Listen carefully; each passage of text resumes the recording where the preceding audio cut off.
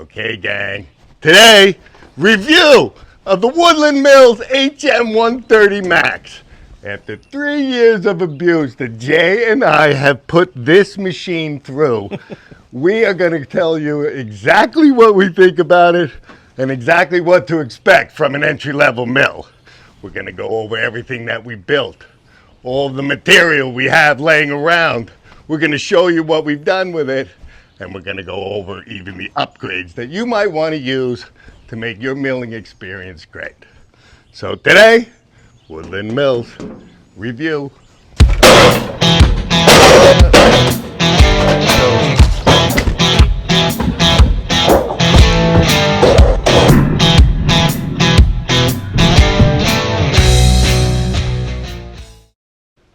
Guys, these are no show log up on the mill. We do this every day. Look at that thing. It's an 18 by 18. Here's another, I believe this thing. What do we got here, Jay? It's big. These are the actual beams. That's a 15 by 12 beam. These are the beams that we use and mill every day on our Woodland Mills. I mean, and this is not the only pile we've done this month.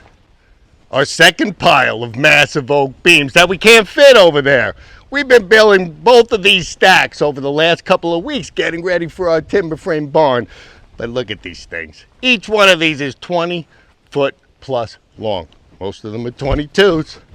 And look, this is our infield logs, my friends. We're not milling, it's not no fake. These are all going through that mill. Yep, this massive pile of hickory is also going through that mill, and some giant red oak as well. And this pile of chestnut oak too.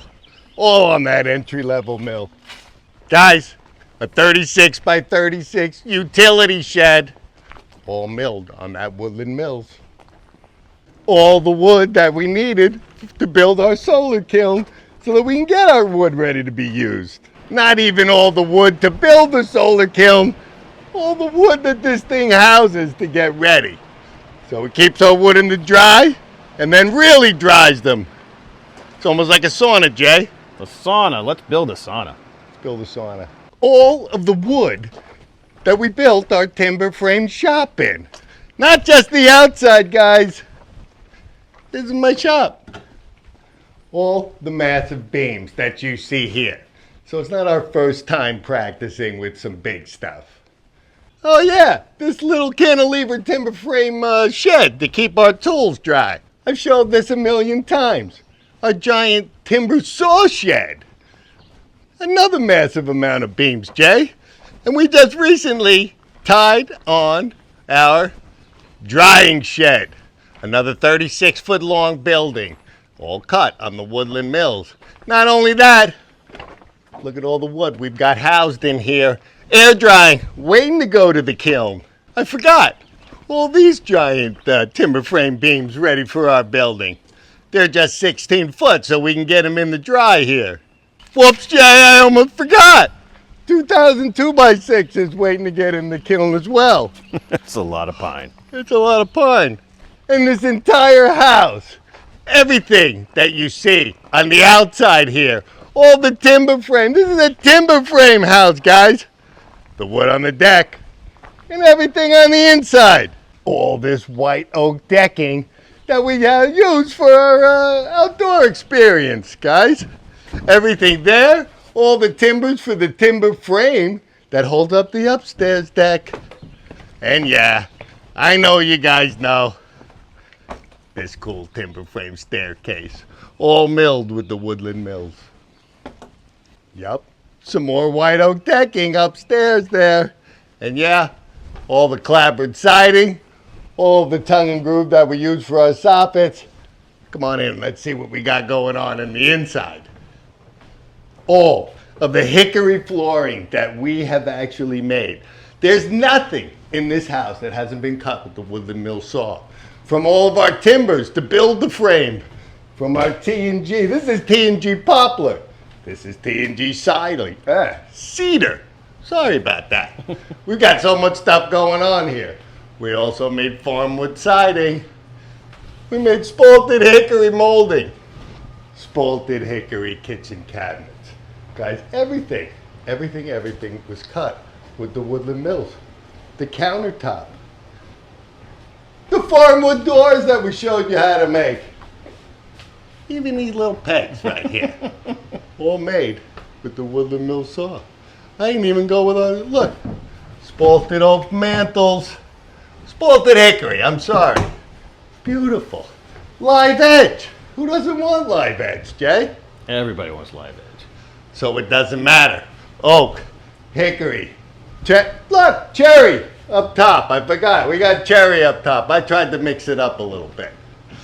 But there you go. Blend all your woods, cut them with your Woodland Mills saw.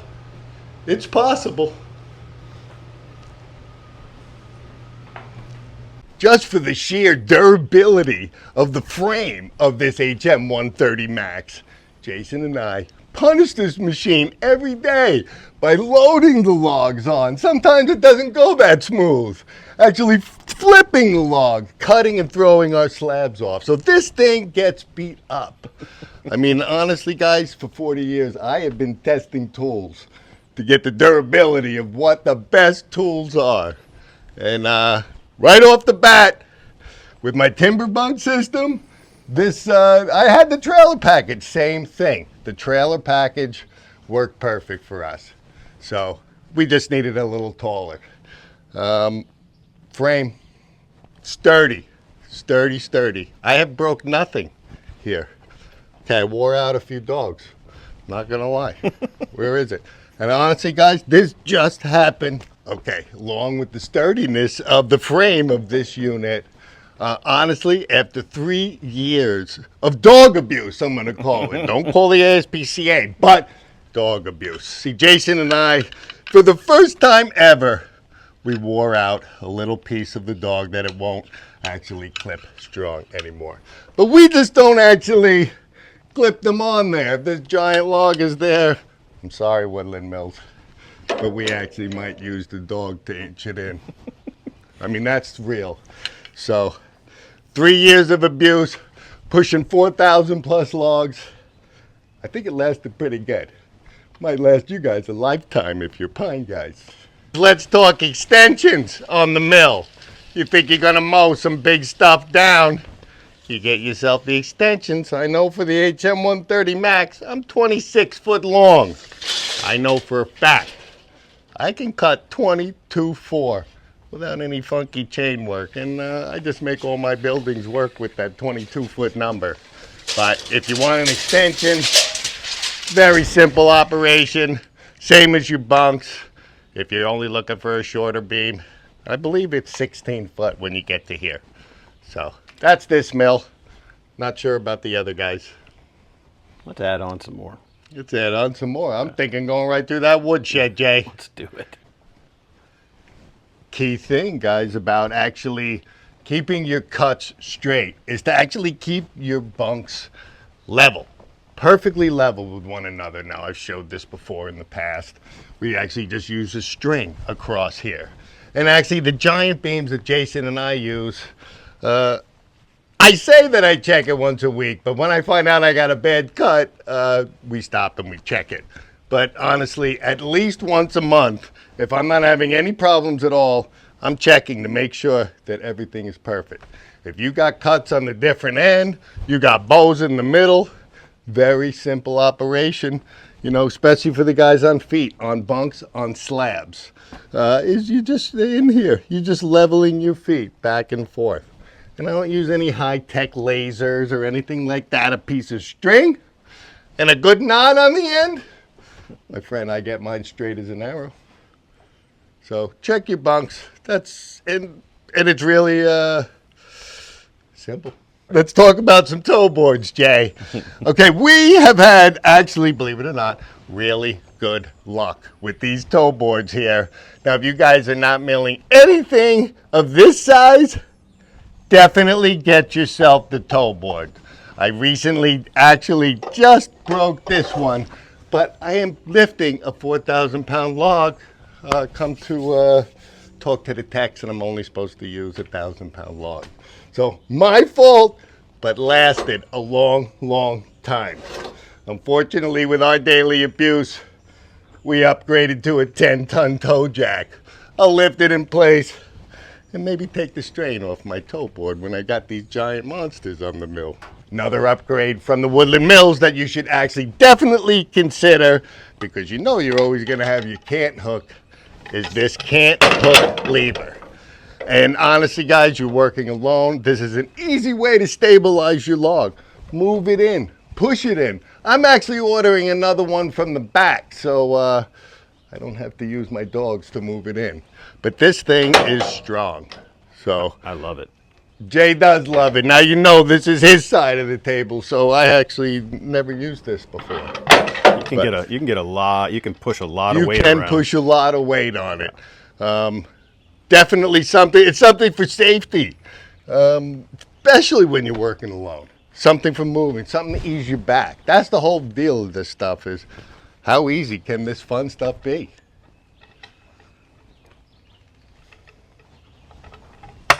Okay, guys, an upgrade that you might want to consider are the Pro bunks and the Pro posts. Now, I can't give a review on that because I did not put them on there. But if you don't have yourself a building here and you're working outside and you want to roll even the smallest logs, from what I've heard, they're going to help you out. But us, we do everything mechanically, and I didn't really want to test them with this log. The absolute best upgrade for the 2025 and Jay's old shoulder, Woodland Mills power head. Guys, if you have the availability to get the power head, get it with your unit. Don't start with the cranker. I did that for 2 years. I didn't think that this thing would be accurate enough to do our timber framing cuts that we cut within a 1/16 of an inch. Accurate, fellas. Easy to use. No shoulder problems, man. And I made fun of that in the beginning. I thought I didn't need it. And you know what? You needed it. I was so wrong. He was wrong. I was wrong. To be honest, they didn't have this when I bought my mill, but to not upgrade sooner. Because quite honestly, what Jay's doing something else, I don't wait for him. I just push the button. Love it. Love it, love it, love it. Number one upgrade for your mill. Okay, the Woodland Mills hour meter here. Comes with everybody's thing. I don't know if that could possibly be right, because it's telling me on my mill I've got 259 hours. Now, we're hoping it's correct because we actually use it to time all the different blades we're using at any time and when they need to be sharpened. But if what we got going on here was in 259 hours, I believe that we're at least sawing 5,000 board foot a minute, guys. So no high production mill can keep up with that. Honest review. Everybody told me, gotta get a tack meter, to make sure that you're cutting perfectly straight. And hey, for mechanics and everybody that's super inclined on tuning up their mill, yeah, well, we put this on. Our mill was actually running perfectly throughout the entire cuts until 2 days later, and yeah, this thing gave up. So all I can say is, yeah, no. As far as I'm concerned, unless you're having super problems cutting or hearing the motor chug, if that thing's running, you should be able to use your ears and feel it as this thing is going. But that's my honest review. I'm no mechanic. I don't even change the oil. I have to have someone else do that. That's me. So thumbs down. Thumbs down. Okay, not a Woodland Mills upgrade for your sawmill, but a laser, my friends. You do any sort of cutting, even when you're alone. I mean, I love my laser. My little volt converter went out the other day. The laser was off. I had to shut the mill down. I was confused. Once you start using this, your cuts will get better and better. I'll leave a link down in the description where you can get one with a discount we got for all of you guys. Woodland Mills ruler gauge, guys. We don't have some fancy smart set. We don't have any DRO micromanaging everything that I do. If you read this ruler, the same place every time, our wood comes out perfect. I mean, 1/100th of an inch. Are you really going to be that concerned? Sometimes guys are planing it, but yeah, I'm perfectly happy Woodland Mills ruler. I don't even have the new upgraded one they have. Maybe we'll check in with them about that.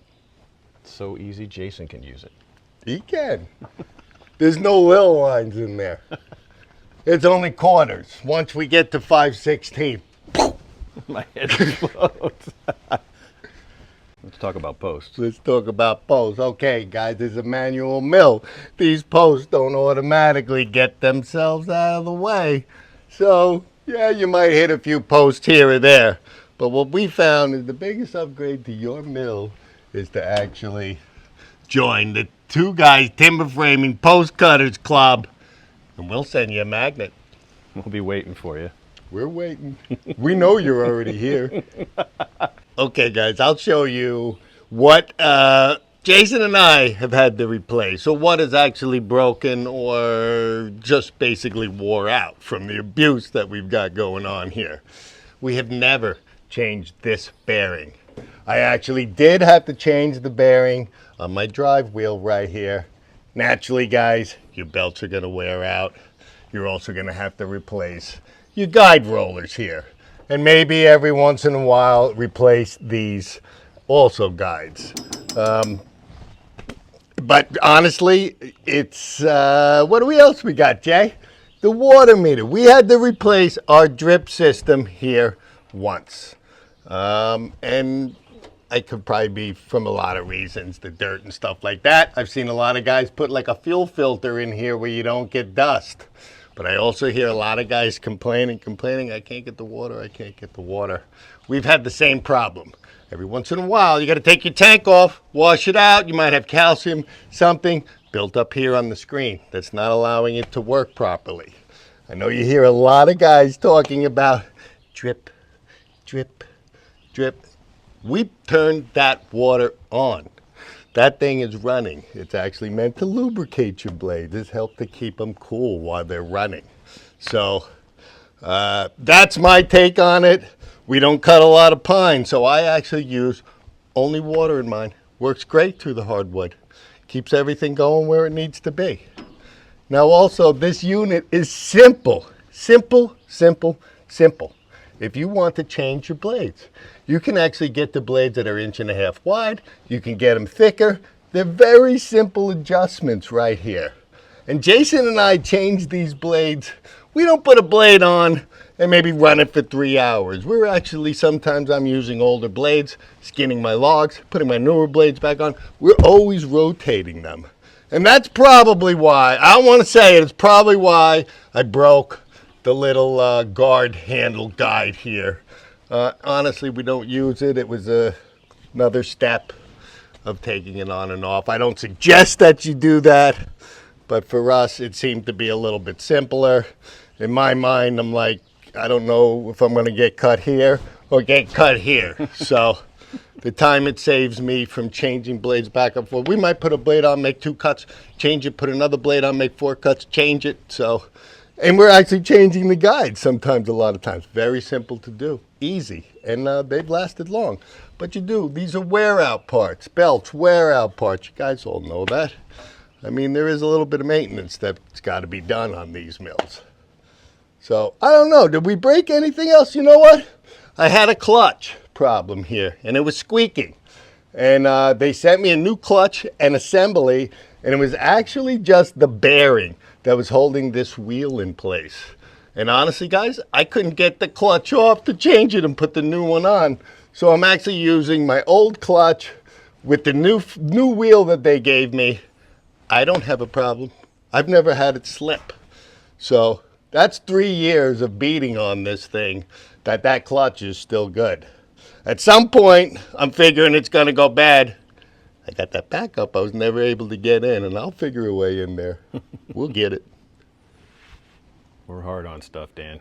We are hard on stuff, Jay. That's why I think this is an honest review of how you could beat a mill, and it's still running perfect. So after all the things we showed you, what you can actually do with your Woodland Mills HM130 Max, not only what you can do, but what you can build. If this saw is going to work for us, I promise it's going to work for you. And you're going to be just as satisfied as we are with our big buildings if you're building a shed, something for your daughter, something for your wife, or you just want to cut wood.